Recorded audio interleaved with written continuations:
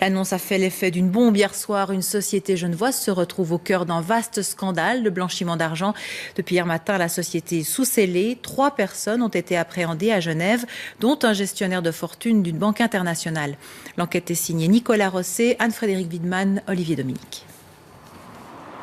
La société soupçonnée de blanchiment d'argent est située en plein cœur de Genève. Fondée en 1977, elle s'était officiellement spécialisée dans tout ce qui touche de près ou de loin à la gestion financière. Mais depuis hier matin, les locaux sont vides. Aucune trace des 6 employés officiellement enregistrés. Cet après-midi, nous sommes allés voir, mais impossible d'aller plus loin. La justice a posé des scellés après la perquisition.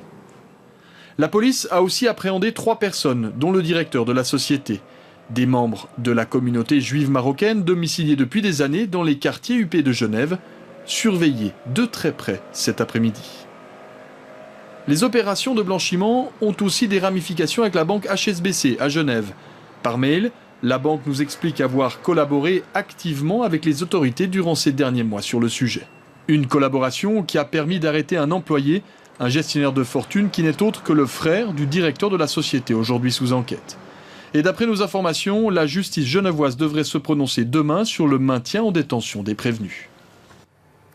Nicolas Rosset, on a évoqué ce fameux mécanisme de compensation qui aurait permis à cette entreprise de blanchir cet argent. Comment est-ce que ça fonctionne ? Oui, ce qu'il faut savoir d'abord, c'est que les mécanismes de compensation, c'est le cauchemar véritablement des autorités qui essaient de lutter contre le blanchiment d'argent. Dans ce cas-là, par exemple, l'argent de la drogue, les euros sont versés à Genève. Il suffit qu'on ait un retrait physique, qu'un complice aille retirer ces euros pour les verser dans une autre banque. Ensuite, la compensation, c'est quand du nouveau compte, on verse de l'argent suisse au complice en France. Dans ce cas-là, on perd toute trace de l'argent. C'est vraiment un cauchemar pour les autorités anti-blanchiment. Un cauchemar pour les autorités et puis un cauchemar aussi pour la place financière suisse.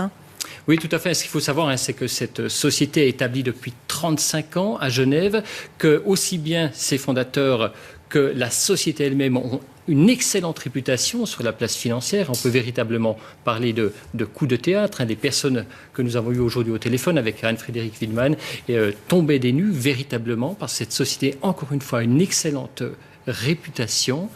Il semble, selon nos informations, que ce soit les nouveaux dirigeants de la banque qui a fait cette diversification, entre guillemets, un peu douteuse des activités. Et donc, ça tombe très, très mal pour la Suisse, qui essaye de convaincre depuis 20 ans, depuis 30 ans maintenant, qu'elle n'est pas le berceau de l'argent de la drogue, contrairement au cliché. C'est donc une très mauvaise nouvelle pour la place financière suisse. Merci Nicolas Rosset.